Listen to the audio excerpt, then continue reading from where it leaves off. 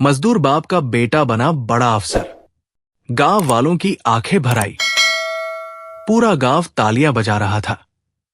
बड़ा अफसर अपनी गाड़ी से नीचे उतरा, लेकिन जैसे ही उसकी नजर भीड़ में खड़े उस बूढ़े मजदूर पर पड़ी, उसकी आंखों से आंसू निकल पड़े, क्योंकि वो कोई गरीब आदमी नहीं, उसका बाप था, जिसने अपनी पूरी जिंदगी बेटे के सपनों पर लुटा दी थी। प्रयागराज के एक छोटे से गांव में मिट्टी की टूटी झोपड़ी में एक बूढ़ा मजदूर रहता था। नाम था हरिराम। सुबह सूरज निकलने से पहले उठ जाता, फटी बनियान पहनता, कंधे पर फावड़ा रखता और मजदूरी करने निकल जाता। गांव में लोग उसे हरिया मजदूर कहकर बुलाते थे। दिन भर ईंट ढोता, रेत उठाता, धूप में जलता, लेकिन चेहरे पर कभी शिकायत नहीं होती थी, क्योंकि उसकी जिंदगी की सबसे बड़ी खुशी था उसका बेटा विवेक। विवेक पढ़ाई में बहुत तेज था।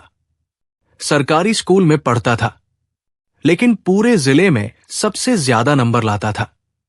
हरिराम खुद अनपढ़ था, लेकिन जब भी गांव का मास्टर उसके बेटे की तारीफ करता, उसकी आंखें चमक उठती। वो गर्व से कहता, मेरा बेटा बड़ा आदमी बनेगा।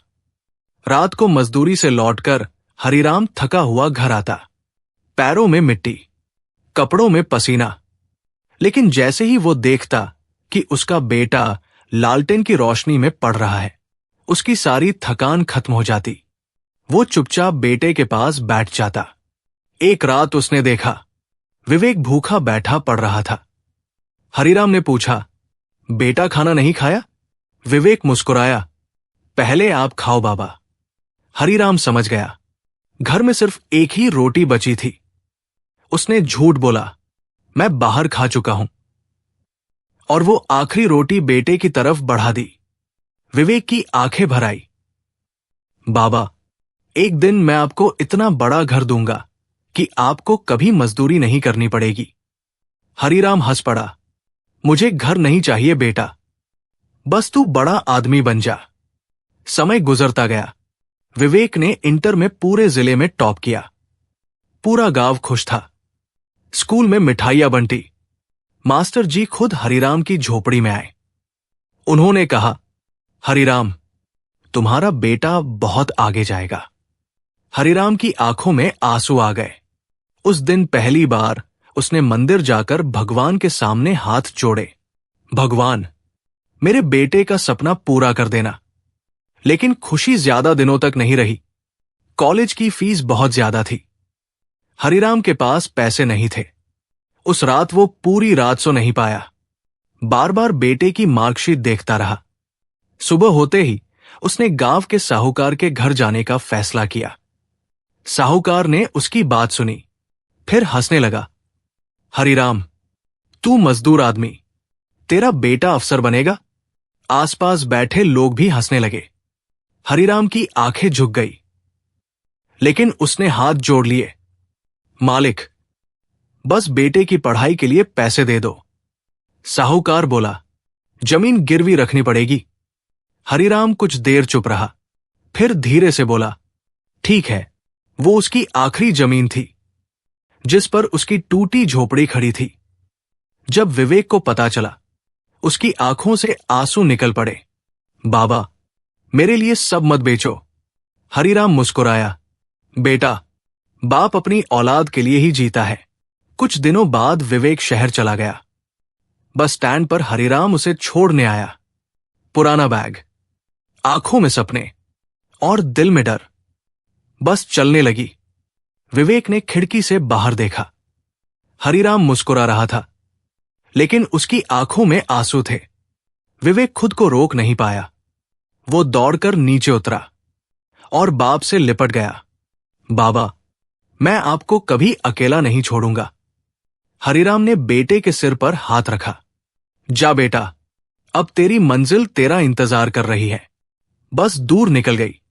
हरिराम काफी देर तक सड़क की तरफ देखता रहा, जब तक बस आंखों से ओझल नहीं हो गई।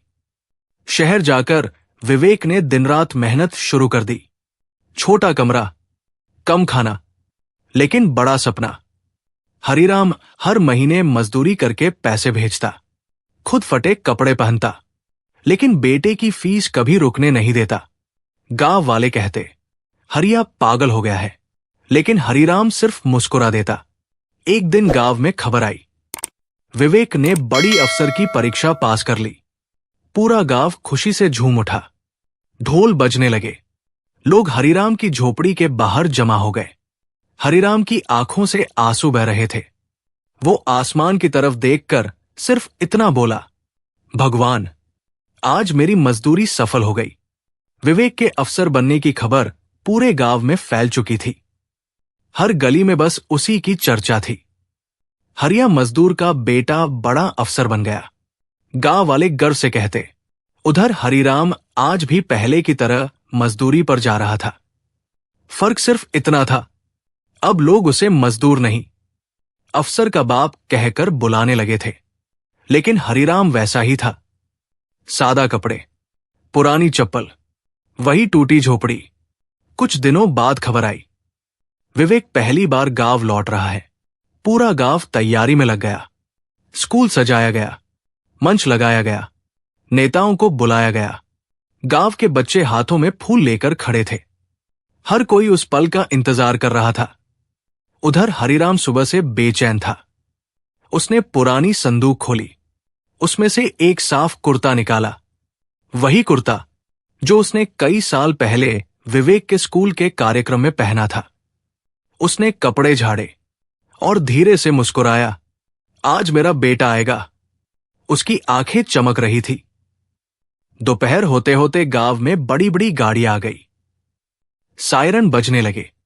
लोग दौड़कर सड़क के किनारे खड़े हो गए।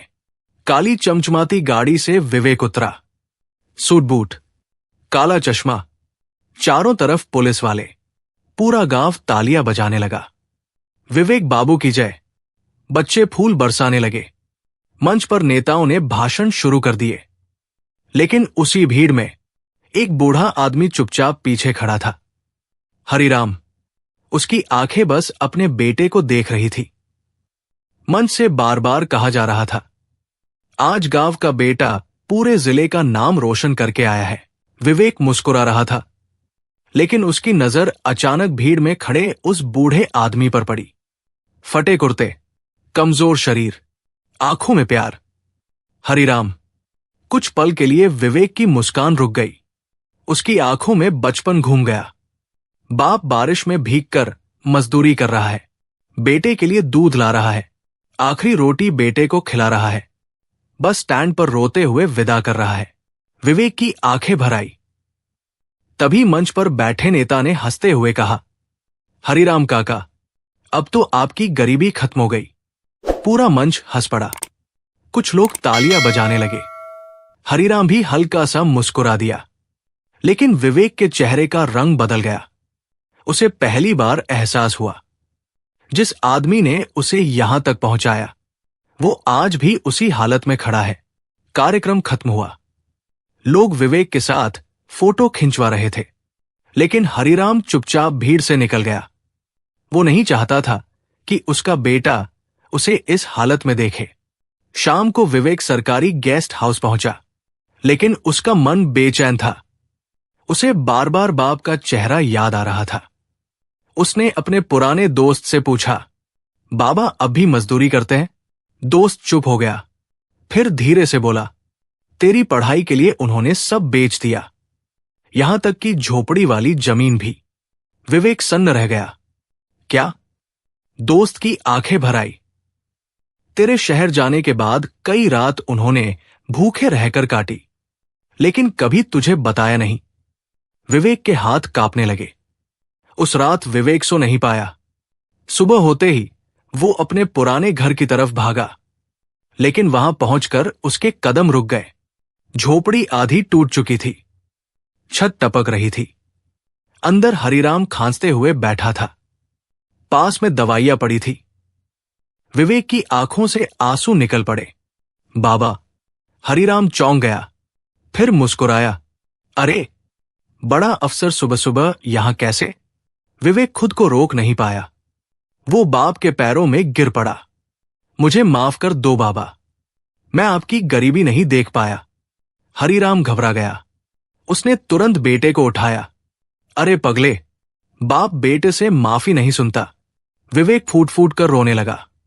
आपने मेरे लिए सब बेच दिया। और मैं? हरिराम ने बेटे के सिर पर हाथ रखा। तू मेरा सपना था बेटा। सपने बेचते नहीं, पूरे करते हैं। उसी समय बाहर गांव वाले इकट्ठा हो गए। सबकी आंखें नम थी। एक बूढ़ी औरत रोते हुए बोली, आज हरिराम की मेहनत जीत गई। विवेक बाहर आया। उसने सबके सामने कहा, आज मैं जो कुछ भी हूं, इस मजदूर की वजह से हूं। मैं अफसरबाद में हूं, पहले हरिराम का बेटा हूं। पूरा गांव तालियों से गूंज उठा, लेकिन हरिराम की आंखों में सिर्फ आंसू थे, गर्व के आंसू।